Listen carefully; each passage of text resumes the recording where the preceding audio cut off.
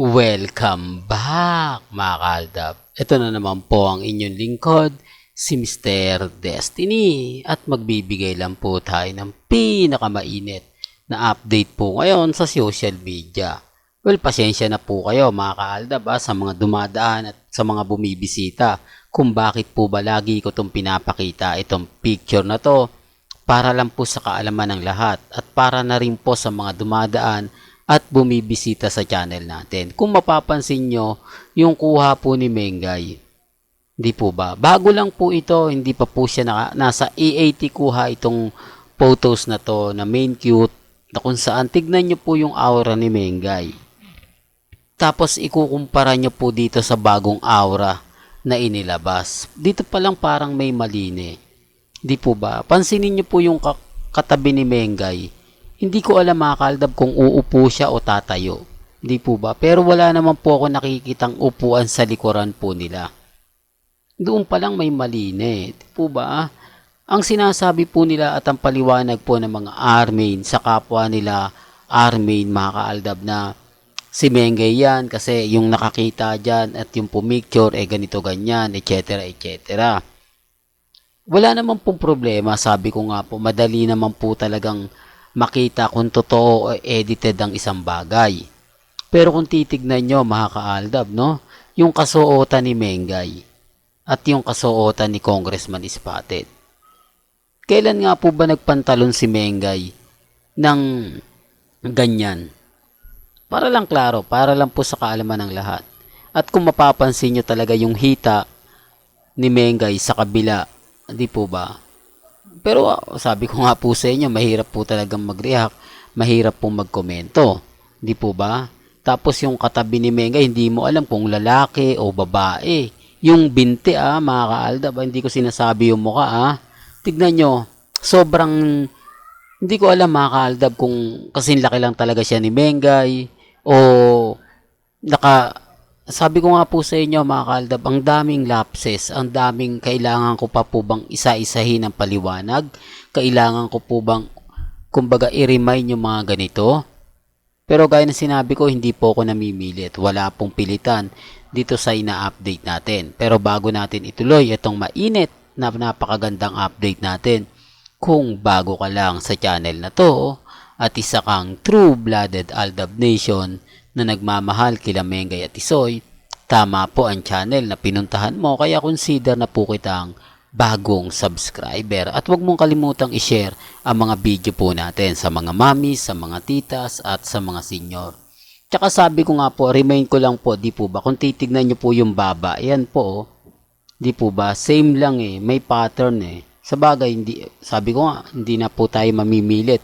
Kung sa tingin nga po ba nila, lagi na lang fake news si Mr. Destiny. Affected sila kapag ako nagbibigay ng update, galit sila, pinapaasa ko raw. Kaya nga tinawag si Mengay na main cute Di po ba? Maganda yung aura, maganda yung, kumbaga kitang-kita mo yung kabuuan. Di po ba?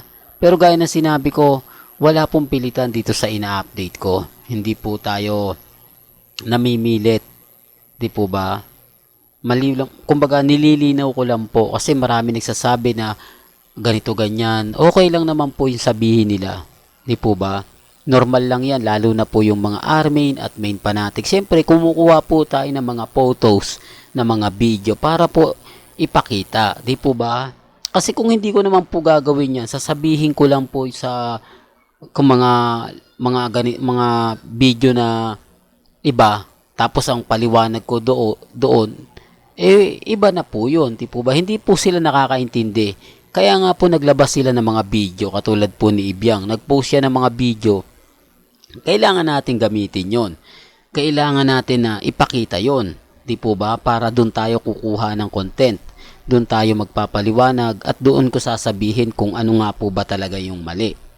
Hindi, kumbaga galit sila kasi doon nga po nakikita yung katotohanan. Doon nga po nila nalalaman na may mga ganung bagay na ayaw po nilang ipakita sa Aldab Nation. Sabi nga po nila, bakit daw pinakikialaman si Mengay? Bakit daw may mga bagay-bagay na kumbaga ako daw po yung nagpupurubok para lalong magalit? Hindi po. Bagkos, eto nga po sasabihin ko na marami mga mamis, mga titas, mga senyor ang gusto nang bumalik si Mengay sa EAT. Real talk to mga kaaldab. Siguro naman po napanood ninyo yung pagsayaw ni Miles, yung pagsayaw ni Atasha Mulak. Di po ba? At yung mga pag-arte. Di po, real talk to mga kaaldab. Di na po tayo magsasalita pa kasi ang sasabihin lang po kasi nila, nako si Mr. Destiny, bitter yan. Di po ba? Kaya nga po kung ano yung sa tingin nila, maganda po ba yung sayaw ni Miles Ocampo? Maganda ba yung mga pinapakita ni Atasha Mulak? Yung pagsasalita niya? Pag-arte niya? Kayo pa po ba bahala? O hindi porket naman anak siya ni Aga Mulak at kumbaga Charlene Gonzalez, mahusay na siya. Depende pa rin po yan. Pero hindi ko naman po sinasabing magaling na at hindi siya magaling. Kumbaga hindi siya magaling na artista, hindi siya bagay. Kumbaga wala tayong sinasabi kasi kumbaga sabi nga po ng iba, matagal bago mo makuha ang tugatog ng tagumpay. Ibig sabihin marami ka pang pagdaraanan bago ka masabing napakahusay. Di po ba? Pero kung may talent ka, nakakaiba sa lahat. Di po ba? Na gaya ni Menga ay magpapangit na, di po ba? Tapos magdabmas, may mga bagay-bagay na gagawa siya ng kakaiba na siya lang po talaga yung masasabi natin na ano, di po ba? Si Miles kasi tumaba di po ba? Hindi naman lingid sa inyong kaalaman na kapag ka mataba ka, hindi nga rin talaga maganda yung mga sayaw mo, di po ba? Sinasabi naman po ng iba di po ba? Kahit kay Betong sayaw, hindi ako pwede kasi mataba ako, di po ba? Si Miles parang napipilitan lang Parang hindi rin talaga akma sa katawan niya yung mga bagay-bagay na ganun, di po ba? Pero ginagawa niya para lang sa performance, para lang sa, alam niyo na mga kaaldab. Kaya nga po sabi ko sa inyo, depende na lang sa mga taong magre-react at magko-komento sa channel natin. Alam nyo mga kaaldab, ang dami pong masasakit, maanghang na binabato po sa akin. Yung tipong gusto nilang tumigil tayo, yung gusto nilang sinasabi nilang ayaw nila yung update ni Mr. Destiny, paasa daw po ako, lahat daw ng mga sinasabi ko, fake news daw po, okay lang naman po. Di po ba? Kayo na po bahala magre-react nan. Kumbaga, kung ano sa tingin nyo. Binibigyan ko naman po sila ng idea, di po ba? Sabi ko nga, punta kayo sa website basahin nyo yung mga article na isinusulat doon. Pansinin nyo yung mga posts, yung mga comment, kung totoo nga po ba at legit nga po ba yung mga ina-update nila. Di po ba? Madali naman pong malaman, madali naman pong kumbaga makita Ang problema lang nga po, sabi ko sa inyo, may mga bagay-bagay nga po na mahirap ipaliwanag.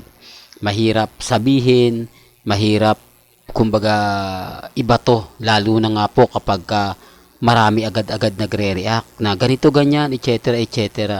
Di po ba? Bitter po talaga sila kasi ako naman po 101%, di po ba? Sabi ko nga po sa inyo, since 2015 di naman tayo nagbago Hindi naman tayo bumitaw Kung walang aldab, wala naman pong pilitan.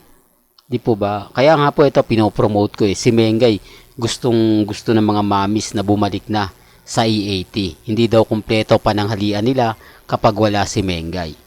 Real talk kaya mga kaaldab. Hanggang dito na lang po yung updates natin Kaya kung gusto nyo pa po ng pinaka-latest at sariwang update, abay tutok lang po kayo dito sa channel ni Mr. Destiny para updated po kayo sa mga latest at sa mga bagong video po na ilalabas po natin maya-maya lang. Hanggang sa muli, salamat po sa panonood at pakikinig.